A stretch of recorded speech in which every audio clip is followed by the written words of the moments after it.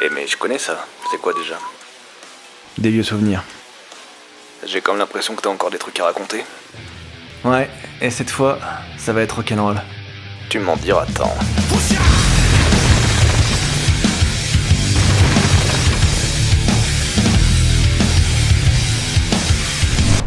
Salut, aujourd'hui on va parler de rock, de new metal, de MySpace, de baggy et de tout un pan de la culture populaire rock ayant marqué les années lycée d'une génération en ce début de millénaire.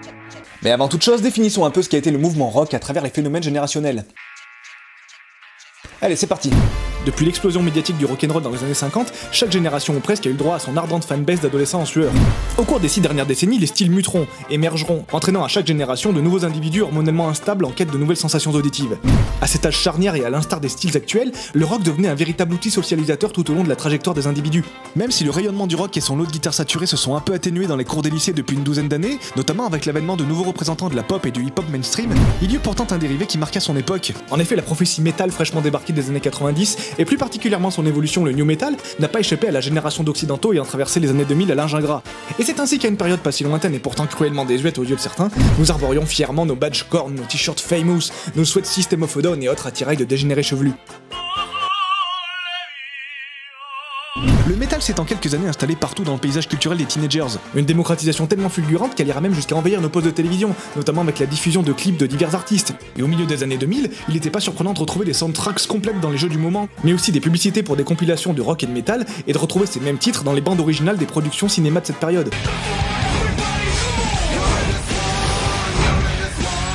Une période marquée par le son des chaînes en métal pendant le long de nos pantalons, les motifs de nos accoutrements, mais aussi par l'explosion d'internet et des nouveaux moyens de communication et de partage de la culture qu'ont été les forums, Facebook et bien évidemment la rockstar des réseaux sociaux, MySpace. Mais réduire cet univers à quelques clichés farfelus ne serait pas rendre justice à ce grand épisode des années 2000 qu'a été le mouvement metal, punk et pop rock. Il est grandement temps de remettre en lumière cette fabuleuse épopée que j'ai personnellement vécue à 1000% et qui fera sans nul doute la joie de petits et grands dans un tourbillon de nostalgie ou de découverte musicale, certes un peu surannée mais néanmoins captivante. Aujourd'hui on règle l'ampli sur 11. Bienvenue dans Under.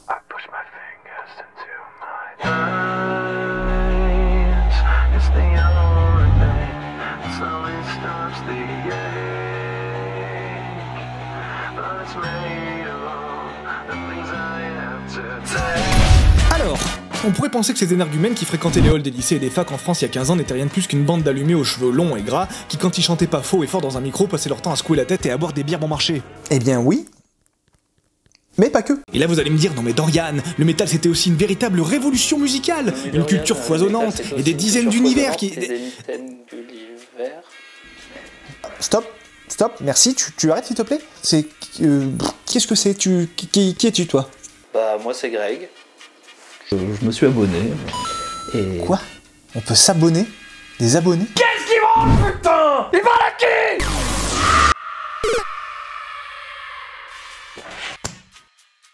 Mais c'était quoi ça? Quoi? Bref, nous sommes au début des années 2000 et alors que certains découvrent avec curiosité les grands classiques de Metallica, Black Sabbath ou de Korn dans la discographie de leurs aînés, d'autres explorent des chemins bien différents dans la découverte de ce nouvel univers musical.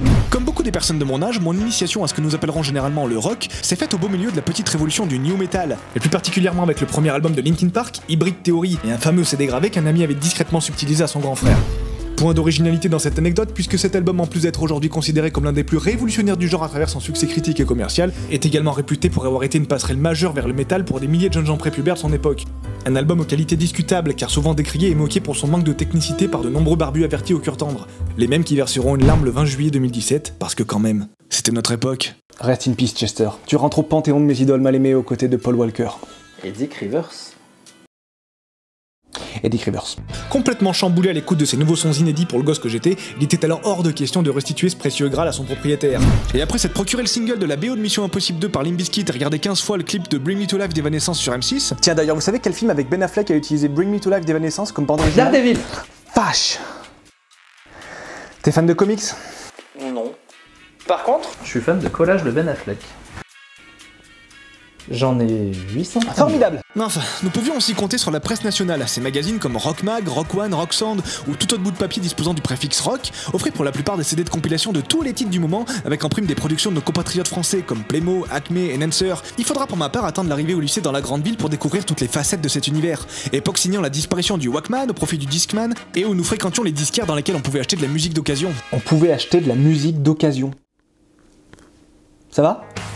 Une époque charnière peu avant la démocratisation des premiers iPods, mais surtout avant l'apparition de ce terrible objet du démon qui a été très sobrement nommé la clé MP3. Bref, le lycée c'était toute une arborescence de nouveaux styles musicaux qui se déployaient devant nos yeux ébahis. Et même si le grand classique Dreadlocks, Kefié Bolas et Rukitano occupait une bonne partie du terrain, aux côtés des Tuffers et autres crews plus orientés hip-hop, la branche métalleuse n'en était pas moins représentée par plus d'une dizaine de styles et de dérivés. Hard rocker fidèle à la vieille école, néo-métalleux, grunge, punk californien, trasheux et j'en passe. Une véritable guerre des clans au sein d'une même famille, ou devrais-je dire d'une même fratrie, parce qu'il faut bien le reconnaître, on avait beau défendre bec et ongle notre style de prédilection, on n'en restait pas moins qu'une génération de jeunes abadis à la pilosité débutante ou au maquillage abondant, accessoirisés par quelques artifices du catalogue Goéland. Catalogue Goéland, leader de la vente par correspondance qui connaîtra un succès grandissant des années 90 aux années 2000, notamment auprès des adolescents, grâce à son identité décalée et ses milliers de références. Mais je m'égare. À un âge où la musique devenait une sorte de religion, un moyen d'expression pour les plus introvertis, nos chambres devenaient également de véritables sanctuaires, des lieux de culte ténébreux à la patine si caractéristique de cette époque, tapissés du sol au plafond de posters et d'affiches de tous les groupes du moment. D'aucuns vous diront qu'ils sont aujourd'hui cultes. Et ça en représentait un paquet de groupes. Je pourrais vous en sortir une liste à n'en plus finir.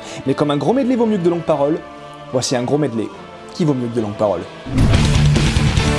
Slayer, Metallica. Non mais c'est pas un blind test, Greg. Ah.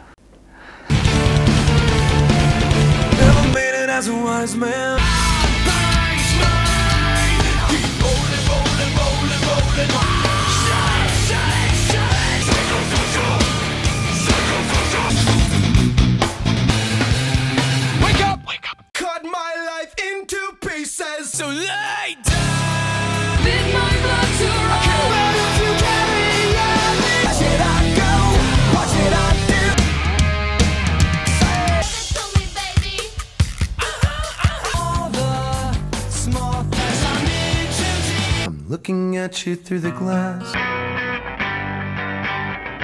What if I wanted to bring? I can't remember. Get up off your knees. I am to take me.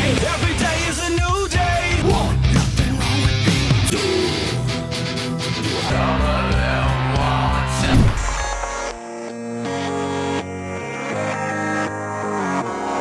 Ouais, enfin il en manque, hein. Quoi? Mais... Et il est où mon abonné là? Ah, ça m'étonne pas qu'ils se barrent tes abonnés, c'est ni fait ni à faire ton machin. Putain, je sais de quoi je parle. Je suis le toi d'il y a 15 ans. Non, c'est bon, je suis là. Alors non, déjà il y a 15 ans j'avais pas de barbe, et puis je faisais facilement 15 kilos de moins. Ah bah ça, c'est sûr. Bon, il est là pour se foutre de ma gueule, Indochine, ou quoi? Mieux que ça. Je suis là pour te guider. Gros patapouf. Alors... On pourrait croire que la popularité du rock dans les années 90 et l'arrivée outre-Atlantique du néo-metal et de l'explosion de tous les styles et variantes au début des années 2000 n'était que la réponse collective d'une nouvelle vague d'individus traumatisés par le climat géopolitique du moment et les problématiques d'un monde déchiré de part en part sous les gouvernements Bush.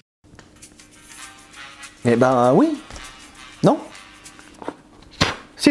Enfin bref, si vous trouvez aberrant d'octroyer autant de sous-genres à une même bande d'ados rebelles à la pensée marginale, laissez-moi vous dire que vous avez raison. Car dans le milieu des années 2000 et en réponse à la pression sociale et au conformisme abusif... Ah mais voilà, j'en étais sûr. Et j'aime autant vous prévenir qu'on va mettre l'accent sur un style bien particulier qui inspire encore les plus grands rappeurs de la West Coast. Les émos.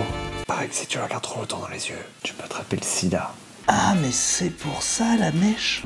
Alors oui, je vous vois venir avec vos Tokyo Hotel et Hot Geniali. Ici on parle du vrai phénomène emo-core, né dans les années 90, dérivé du punk et issu de la scène post-hardcore, dont les représentants comme Rites of Spring, AFI ou The Used ont hissé les fondamentaux. Un mouvement qui m'a particulièrement inspiré et dont j'ai visiblement gardé quelques stigmates. Mais c'est pas un hasard, parce que s'il y a bien un truc encore plus cool que d'écouter des groupes de emo screamo-core ou néo-metal à cette époque, c'était d'en faire partie. Je savais bien que j'avais déjà entendu sa voix. Ah, mais alors, c'est lui Indochine? s'il y a bien un truc à souligner à travers ce phénomène musical, c'est qu'il a poussé de nombreux jeunes à se saisir d'instruments et à s'entourer d'amis pour apprendre et pratiquer la musique. Et effectivement, ce fut mon cas. Elsevier, c'était le nom de mon groupe. Bon, le nom a été repris par un autre groupe de death metal russe depuis 2008, et mis à part quelques pages fans sur des sites random ou des topics de forums enterrés dans les abysses d'internet, on a complètement disparu des radars. Mais s'il y a bien un endroit où Elsevier a existé, et existe encore en dehors des souvenirs incroyables qui m'en restent, c'est dans mon disque dur. Et c'est l'histoire de deux potes en école d'art graphique, avec une passion commune pour la musique, une Stratocaster et un e-book G4 avec GarageBand. Non mais attends, je la connais celle-là. C'est pas celle où il y a deux gars, il y en a un qui pète, et il dit à son pote non, c'est l'autre qui pète, et après il dit... Non, il lui dit rien. Non, ils pètent tous les deux. Ils pètent tous les deux, et... Bon, Bref, j'étais pas très bon à la guitare, j'avais jamais touché une batterie, mais j'étais volontaire pour chanter. Et ça, c'était suffisant pour partir à l'aventure. Un nom griffonné dans un agenda, des répétitions les mercredis après-midi, une première démo dégueu enregistrée dans une chambre.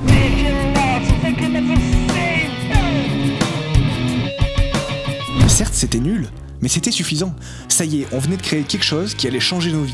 Il a fallu rapidement trouver des musiciens, aménager un local de répète, puis concevoir une identité graphique taillée sur mesure, ma partie préférée. Une frénésie irrationnelle qui nous emmènera même à réaliser un clip amateur tourné au caméscope numérique et monté sur iMovie, un site internet, des badges, des stickers, et bien entendu la création d'une page MySpace. MySpace, le réseau social révolutionnaire dédié à la musique, où on pouvait créer un blog, poster nos images, nos vidéos, nos enregistrements, et étendre notre réseau d'amis selon nos goûts musicaux. Une véritable institution de l'âge d'or d'internet qui nous a permis de nous faire connaître et de réaliser nos premiers concerts, où vous auriez pu nous écouter faire vibrer les murs de la ville avec nos compos bien sûr, mais aussi avec tout un tas de reprises, comme par exemple...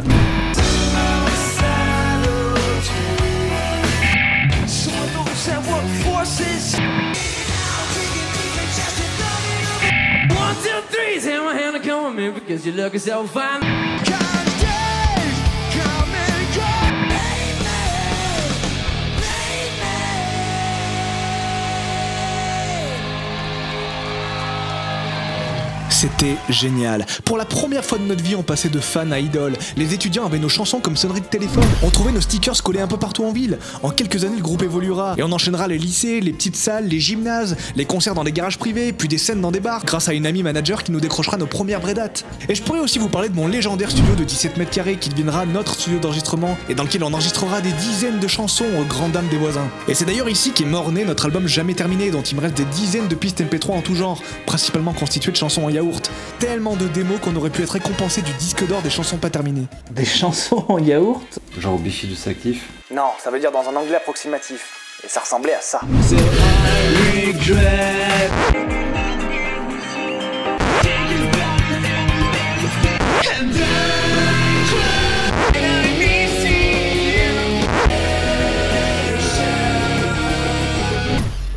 Et aujourd'hui, je me rends compte qu'on a été nombreux à connaître ce genre d'aventure, aussi bien dans les salles de concert que dans nos chambres. Parce que finalement, le propos n'est pas d'aimer le métal ou le rock, ou quelconque style musical, mais avant tout d'illustrer le lien social que peut créer la musique à cette période charnière de la vie d'un individu. J'ai eu la chance de vivre une expérience authentique et unique, et à une époque où filmer n'était pas aussi commun qu'aujourd'hui, je ne remercierai jamais assez toutes les personnes qui ont dégainé leur premier téléphone équipé de caméra et leur compact numérique pour avoir capturé ces images et me permettre aujourd'hui de les rendre immortelles.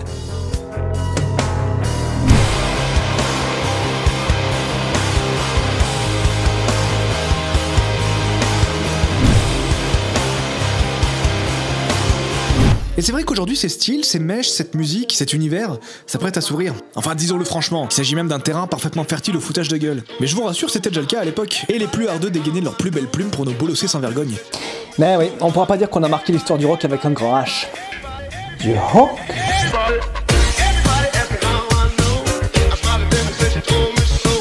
Trop puissant, même s'ils font pitié, j'avoue le style du chanteur. Excellent son les mecs, j'espère vous voir en concert un jour. Tu vas déchanter. MDR, c'est pas en chantant cette merde que vous allez baiser les puceaux. Faut pas se fier aux démos de merde qu'il y a sur le MySpace, la voix est pas top dessus. Je doute qu'ils puissent faire mieux. Vous êtes juste des profiteurs qui viennent parce que le métal c'est à la mode. Moi j'écoutais du métal avant que ce soit à la mode et vous me dégoûtez. Je veux pas paraître homophobe mais vous avez l'air de pédé. Raté.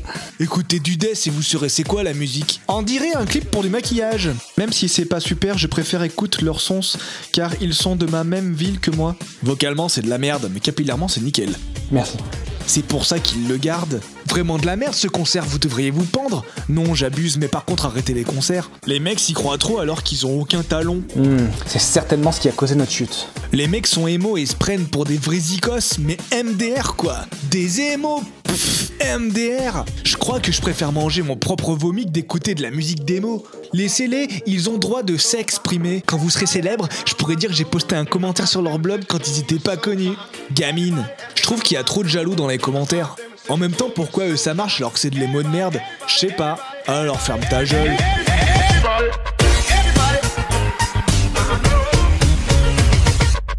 Et puis un jour, sans prévenir, les amitiés se dénouent. Les individus s'éloignent. On se dit qu'il est temps de grandir et que finalement, Rockstar à la Fred Durst n'est peut-être pas un choix de carrière très raisonnable. On range nos piles de CD quelque part au fond d'un placard, on remballe nos mitaines et nos Vans à damier, et on laisse à l'abandon les patterns dark et étoilés de nos skyblogs. Mais alors à quoi tout ça a-t-il servi? Et qu'en reste-t-il? Beaucoup de choses, car à l'instar des jeunes générations à venir, les ados chevelus d'hier sont bel et bien les créateurs du monde d'aujourd'hui, les actifs qui forgent notre culture et les inspirateurs de demain. Et puis ce n'est pas la fin de tout, mais seulement d'une ère. Metal never die, comme on dit. On a bel et bien affaire à un style musical intemporel, immortel et en sans cesse renouvellement. En témoignent des centaines de groupes qui nous offrent encore chaque année des milliers de nouveaux titres, mais également des jeunes artistes aux univers très différents, qui ont à leur tour trouvé des vieux MP3 dans les disques durs de leurs aînés, et qui nous offrent aujourd'hui leur version réinterprétée de cet univers. Depuis l'arrêt de mon aventure musicale et la fin un peu tragique de mon groupe, je me suis toujours demandé si j'aurais dû continuer la musique, au moins à temps perdu. Et bien que ça fasse des années que j'ai laissé tomber, parfois je me dis qu'il faudrait que je termine ce que j'ai commencé. Parce que j'ai quand même ce regret d'avoir jamais enregistré une vraie chanson, dans un vrai studio, de pas avoir réalisé un vrai clip, mais surtout de pas avoir pu déployer tout mon potentiel au-delà d'une chambre d'étudiant et d'un micro d'ordinateur. Bon, je dis ça, mais c'est sûr qu'à 30 ans passés, et vu d'aujourd'hui, refaire ce genre de truc ça aurait une allure un peu ridicule, un style daté, voire même ringard. Mais qui sait ? Ça serait peut-être l'occasion de faire la paix avec tout ça, une bonne fois pour toutes. Parce que j'ai toujours ce goût amer, cette sensation d'inachevé, cette impression d'être peut-être passé à côté de quelque chose. Non, t'as rien perdu, crois-moi. Quoi? Comment ça? Bah oui, franchement, t'étais mauvais, c'est pour ça que ça s'est arrêté, Elsevier. Moi j'aime bien. Ah bah oui, mais il a pas tort. Y a qu'à écouter les sons là. Mais non, mais c'était des démos et des répètes là. Clairement, t'étais pas chanteur. T'as lu les commentaires, ça se voit. Le chant c'est pas ton truc, c'est comme ça. Non mais j'ai jamais eu l'occasion de... Non mais attends, tu t'es retrouvé chanteur dans un groupe de rock parce que tu savais ni jouer de guitare, ni de batterie, ni de basse. Mais n'importe quoi, mais je peux très bien chanter. Mais non mais attends, mais ça fait quoi, 10 ans 15 ans que t'as pas branché un micro? Tu vas encore te ridiculiser? Ça Non, sert à quoi? non, N'importe quoi, je peux très bien chanter. Ah bah vas-y, prouve-le. Prouve-le. Prouve-le.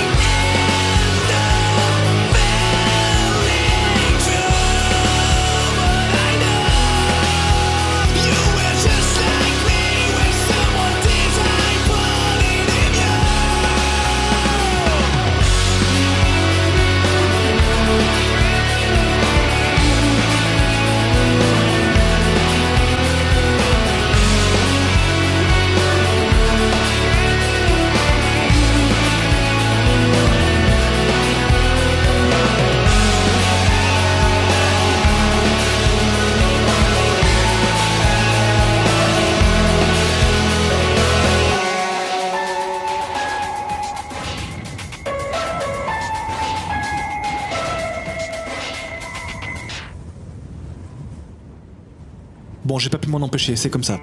Parce que même si aujourd'hui mes goûts ont changé, j'ai décidé d'arrêter de nier l'excitation juvénile que ces groupes génèrent encore en moi. En allant chercher dans les abysses de ma mémoire et de mon disque dur, j'ai compris à quel point cet enthousiasme était en train de se dissoudre dans les méandres de nos vies d'adultes. Nos influences évoluent, nos playlists deviennent plus matures, plus variées. Mais il y a quelque chose que ces musiques ont gardé avec les années, quelque chose qui dépasse les tendances et qui leur donnera toujours une saveur particulière. Et qu'elles connotent une forme de plaisir coupable ou assumé, elles nous font comprendre qu'elles sont désormais les gardiennes de nos souvenirs, et que chaque instant vécu à leur côté restera à tout jamais inscrit entre leurs accords. Et au final, si le voyage dans le temps ne réside pas dans la construction d'une machine, il prend certainement son sens dans le partage et la transmission de ce qu'il nous reste. Et toutes ces chansons, ces hymnes de notre passé, en sont sans doute autant d'escales.